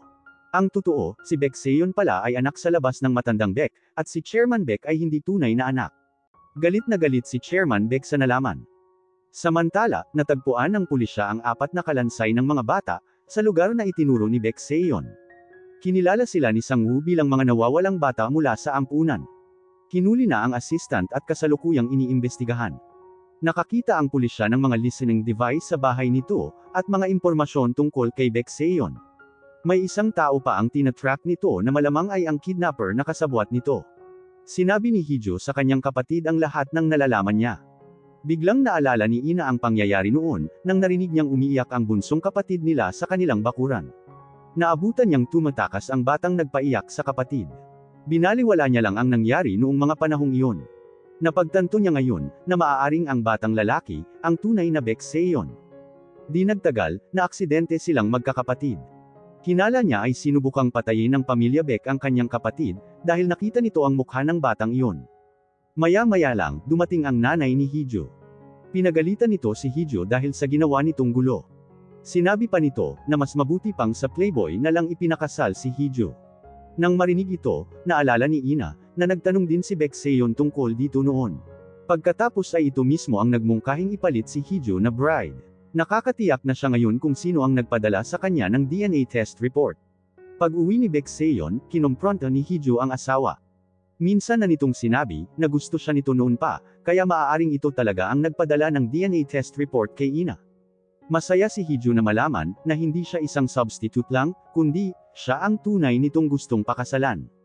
Kiniling niya sa asawa na magpakasal silang muli, kapag natapos na ang lahat ng gulo. Umiling si Baek Seon. Ito daw mismo ang magpo-propose sa kanya, kapag maayos na ang lahat. Dati, palaging iniisip ni Baek Seon, kung bakit patuloy pa niyang sinisikap na mabuhay. Matapos makilala si Hee-jo, nahanap niya ang sagot. Niyakap siya ni Hee-jo, na umaasang sana ay mahuli na agad ang kidnapper. Kinabukasan, magkasamang pinuntahan ng magkapatid ang kanilang ama. Hindi na nagulat si Chairman Hong, na nakakapagsalita si Hee-jo. Inasahan na din ni Ina, na alam ng kanilang ama ang lahat ng mga sekreto. Tinanong nila ito tungkol sa deal nila ng matandang Baek. Gusto pala ni Chairman Hong na maghiganti kay Mr. Baek, ngunit binanggit nito ang kanyang kahinaan. Ayaw na ayaw ni Chairman Hong ang nadedehado. Iniisip niya lagi kung saan siya mas makikinabang. Namuhunan siya ng bilyon, para sa kampanya ng matandang Baek. Kung papatayin niya ito, mawawala na sa kanya ang lahat ng perang ipinuhunan niya, at hindi na rin mabubuhay ang kanyang anak. Kaya nangako si Mr. Baek, na handa nitong pagbigyan ng isang kahilingan nito, nang walang pasubali. Pagkatapos, ay iaalay nito ang buhay ng apo, kapalit ng pagkawalan ng anak niya. Ngunit ngayon, nalaman ni Chairman Hong na buhay pa pala ang apo nito. Galit na sumugod siya, sa unang taon ng memorial ng matandang Baek. Nakaramdam si Hee-jo ng panganib, at mabilis na tinawagan ang asawa. Samantala, ginamit naman ng pulisya ang tracking device ng assistant, para matunton ang kasabwat nito. Galit na hiniling ni Chairman Hong sa pamilya Baek, na ilabas nila ang kanilang anak. Ngunit biglang may sumabog sa loob ng gusali. Napagtanto ni Mrs. Baek, na ang anak niya ang may gawa nito, dahil nakita niya ito kanina sa paligid. Nagkakagulo na nang dumating si Baek Seon. Natatarantang hinanap ni Ina ang kapatid, ngunit tinangay na ito ng kidnapper, at tinawagan si Baek Seon. Naiinggit siya sa perpektong buhay nito, dahil ito ang gusto ng kanyang lolo. Gusto niyang sirain si Baekseon, at iparamdam dito ang sakit, dahil habang nilulunod siya ng kanyang lolo noon, ay nanunood lamang ito. Nang sandaling iyon, nakita na ni Baekseon ang lokasyon ng asawa. Sinabi niya kay Heejo na huwag mag-alala, at darating siya upang iligtas ito, ngunit tumanggi si Heejo. Sa pagkakataong ito, gusto ni Heejo na siya ang magprotekta sa asawa. Pagkatapos magpaalam kay Baekseon, tinapakan niya ang gas at binangga ang guardrail. Walang magawang napasigaw na lang si Baekseon. Natagpuan ng rescue team ang kotse ilang metro sa ilalim ng tubig, ngunit nawawala ang 2 taong sakay nito. Ibinalita ng reporter na ang asawa ni Baekseon ay nakidnap, at nahulog sa ilog, kasama ang kidnapper nito. Naglabas sila ng sketch ng kidnapper, at humingi ng tulong sa publiko. Kinalaunan, nagsagawa ng press conference si Baekseon. Sinabi niya na hindi siya ang tunay na Baekseon. Ang lahat ng kanyang pagkakakilanlan sa kasalukuyan, ay hindi sa kanya. Ang tanging totoo lang ay asawa siya ni Heejo. Ibinahagi niya sa publiko ang mga impormasyon at larawan ni Heejo, at humingi ng tulong sa lahat para mahanap ito. Punong-puno ng lungkot at pag-aalala, na tinitigan niya ang larawan ng kanyang asawa. Sa 3 taon nilang pagsasama, sadyang dumistansya si Baekseon sa kanyang asawa, upang maiwasang magkaroon ito ng damdamin para sa kanya. Dahil dito, marami siyang nasayang na masasayang sandali. Nang magpasya siyang tamasahin ang pag-ibig, huli na ang lahat. Matapos mawala ni Heejo, sumugod ang buong pamilya sa pinangyarihan ng aksidente. Sa unang pagkakataon, nakita ni Baekseon ang pag-aalala sa mukha ng ina ni Heejo. Ngunit napansin niyang wala si Mrs. Baek. Sinuri ng pulis ang security footage mula sa memorial, ngunit hindi rin ito nakita. Naghinala siya, kaya pumunta siya sa garahe ng pamilya Baek para mag-imbestiga. Sumakay siya sa kotse ni Mrs. Baek, at nakita niyang wala na ang dashcam footage nito.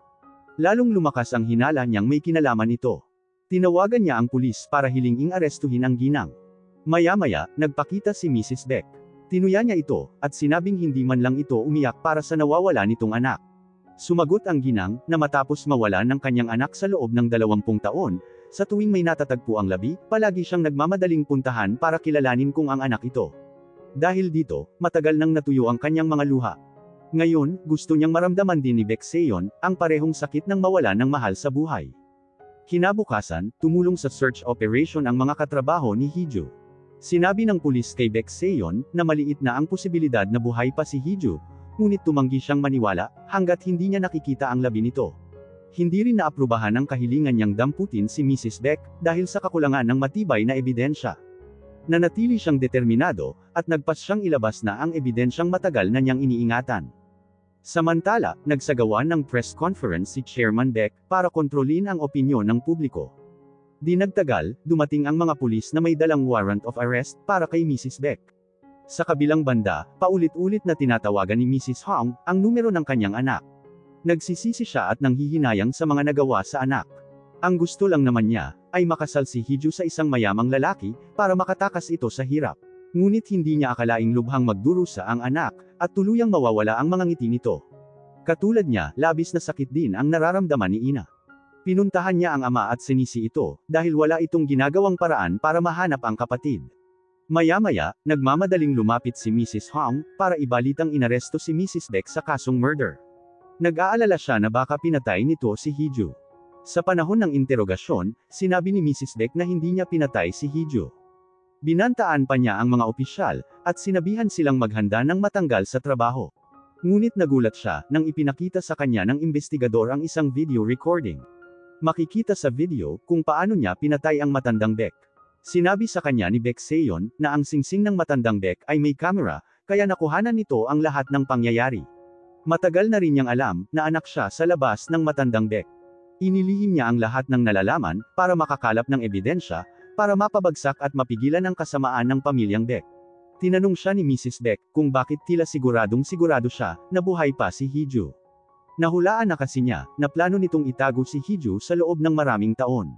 At kapag nawala na siya ng pag-asa, at sumuko na siya sa paghahanap sa asawa, saka naman ito ihahayag na buhay pa si Heejo. Nang sa gayon ay magdulot ito ng labis na panghihinayang at sakit sa kanya.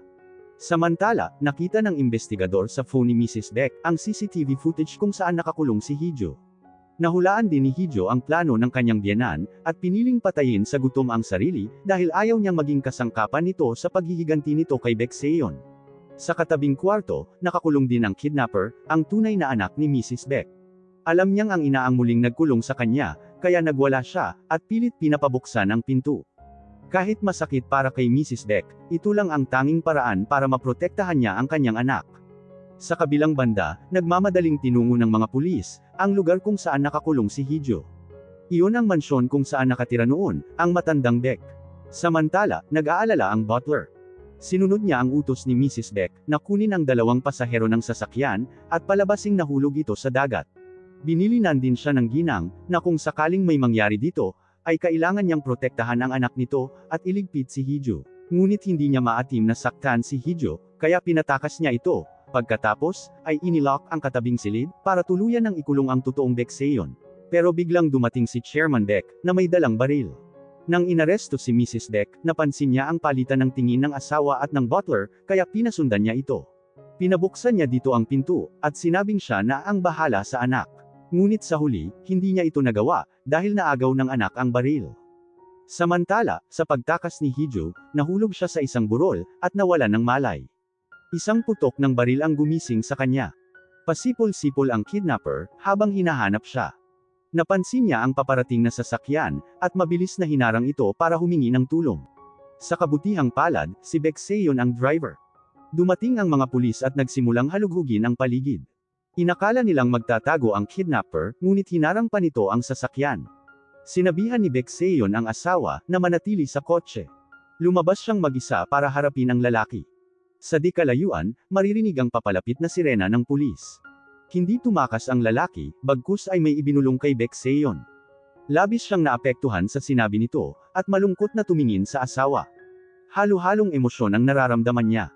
Malakas na tumawa ang lalaki. Hindi nagtagal, napalibutan na sila ng mga pulis, ngunit itinutok pa rin ito ang baril sa kanya. Duguang bumagsak si Beck Seon. Agad namang pumanaw ang kidnapper. Nang mapanood ni Mrs. Beck ang balita, labis ang kanyang hinagpis. Nahatulan siya ng panghabang buhay na pagkakakulong, ngunit umapila siya para sa mas mabigat na parusang kamatayan. Ang matapat na butler, ay umamin sa kanyang mga krimen, at nakulong ng 5 taon. Sa ospital, wala pa ring malay si Hee-jo. Nagising na si Beck Seon, at nanatili sa tabi niya. Sa kanyang panaginip, labis na pinagsisihan ni Hee-jo, na hindi niya naipagtapat ang tunay na nararamdaman niya sa asawa. Simula pa noong mga bata pa sila, gusto na rin niya ito. Kung noon pa nila na ipahayag ang kanilang mga damdamin sa isa't isa, matagal na sana silang namuhay ng masaya. Nang magkamalay na si Hee-jo, wala na si Beck Seon. Dinonate nito ang lahat ng kayamanan ng pamilya Beck, at nagbitiw sa trabaho. Ilang beses tinawagan ni Hee-jo ang asawa, pero disconnected na ang numero nito. Gayunpaman, hindi siya tumigil sa paghahanap dito. Nalaman niya mula sa dating assistant nito, na balak ni Beck Seon na wakasan ang buhay, pagkatapos makapaghiganti, ngunit nagbago ang isip nito, dahil sa kanya. Mula naman sa isa pa nitong assistant, nalaman niyang madalas itong magtanong, kung paano ipahayag ang pagmamahal sa asawa. Mula sa kanyang ama, nalaman niyang taon-taon ay magkasamang ipinagdiriwang ni Beck Seon ang kaarawan nito. Noon lang napagtanto ni Hee-jo, kung gaano kalaki ang nagawa ng asawa para sa kanya. Sa kanyang pag-iisa, lalo niyang namiss ang asawa. Pinuntahan siya ng kapatid, at pinayuhan siyang lumabas para mamasyal, ngunit tumanggi siya, sa takot na baka biglang bumalik ang asawa, at magkasalisi sila. Hindi pa rin niya matanggap na wala na ito. Mariing sinabi ni Ina na hindi na ito babalik. Napagtanto niyang may alam ang kapatid, at kinakabahan niya itong tinanong. Hindi nagpaliwanag si Ina, pero sinabihan siya nitong kalimutan na ang asawa, at mamuhay ng maayos. Pero para kay Hee-jo, kay Beck Seon lang siya magiging maligaya. Naaawang walang magawa si Ina. Nakatanggap nga siya ng mensahe mula kay Beck Seon. Nang gabing iyon, sinabi ng lalaki kay Beck Seon, na ang matandang Beck ang may kagagawa ng aksidente nila Hee-jo noon. Lahat ng kamalasan ni Hee-jo mula pagkabata, ay dahil sa kanyang ama. Bilang anak nito, nakadama si Beck Seon ng matinding guilt. Sinabihan siya ni Ina, na alam na ni Hee-jo ang lahat, pero sa kabila niyon ay siya pa rin ang pinili nito. Ngunit mas lalo lang naghirap ang kalooban niya. Hindi niya magawang harapin ang asawa, dahil sa hiya. Kinagabihan, nakatanggap ng tawag si Hee-jo mula sa isang hindi kilalang numero. Hindi nagsalita ang caller, ngunit sigurado siyang si Beck Seon iyon. Hinanap niya ang area code ng numero. Nagmula ang tawag sa Argon. Kamakailan lang, nakatanggap din siya ng dokumento, mula sa Argon. Ayon dito, may nag-donate ng 2 bilyong won sa pangalan niya, para magtayo ng sign language school doon. Tinanong niya ang kaibigang reporter ni Baek Seon para humingi ng impormasyon tungkol sa asawa. Dati nitong nakatrabaho si Baek Seon bilang war reporter sa Argon. Dahil may gyera pa rin sa Argon, ayaw nitong magbigay ng impormasyon. Nakiusap si Hee-ju dito. Sa wakas, sinabihan siya nito na maghanap ng lugar na may magandang sunset view sa Argon. Madalas pumunta si Baek Seon sa mga lugar na may magandang tanawin ng paglubog ng araw para kumuha ng mga larawan. Ipinapaalala sa kanya ng sunset ang cute at mapulang pisngi ni Hee-ju. Pinuntahan ni Hee-ju ang paaralan sa Argon at tinanong sa principal kung saan ang kilalang lugar na may magandang sunset view. Binalaan siya ng principal na huwag pumunta doon dahil hawak na iyon ng mga rebelde. Ngunit hindi sumuko si Hee-ju. Habang papunta doon, nadakip siya ng mga rebelde. Habang nasa biyahe, nadaanan ng sasakyan ang isang landmine. Nang tingnan nila ito, isang lalaki ang sumulpot at pinatakas ang mga bihag. Matapos mapatakas ang lahat, hinawakan niya ang kamay ni Hee-ju. Nakaramdam ng kakaiba si Hee-ju, ngunit nag-focus siya sa pagtakas. Lumiko ang lalaki sa gubat. Pinatay ang mga ilaw at inihinto ang sasakyan. Nang makalagpas ang mga rebelde, kinalagan nito si Hee-ju. Pagmulat ng mga mata ni Hee-ju, nakita niya si Baek Seon, ang lalaking labis na namiss niya. Pinagalitan siya ni Baek Seon sa pagpunta niya sa delikadong lugar. Dahil kay Hee-ju, maraming beses na nagbago ang mga plano ni Baek Seon. Tinanong siya ni Hee-ju kung bakit siya nawala. Sinabi niyang nabigo siyang protektahan ang asawa. Dahil sa kanyang ama, maraming mahahalagang bagay ang nawala dito. Gusto niyang parusahan ang sarili, hanggang sa mapatawad niya ang sarili. Umiyak si Hee-ju at sinabing ito ang dapat na magpas siya ng kanyang parusa. Hindi na nito napigilan ang damdamin, at hinalikan ang asawa. Sa wakas, pinalaya ni Baek Seon ang sarili sa guilt na nararamdaman, at tinamasa ang masasayang sandali kasama ang asawa. Tinanong siya ni Hee-ju tungkol sa natanggap nitong tawag. Sinabi niya na nagkaroon siya ng masamang panaginip ng araw na iyon. Napanaginipan niyang umiiyak ng husto si Hee-ju, kaya tinawagan niya ito. Pero ang totoo, gusto lang talaga niyang marinig ang boses nito. Ang 2 bilyong won na donasyon sa pangalan ni Hee-ju, ay kabayaran para sa divorce penalty. Ayaw na niyang maging asawa nito, bilang Baek Seon. Gusto niyang mamuhay ng simple at masaya kasama ito, bilang Baek Yoo-yun.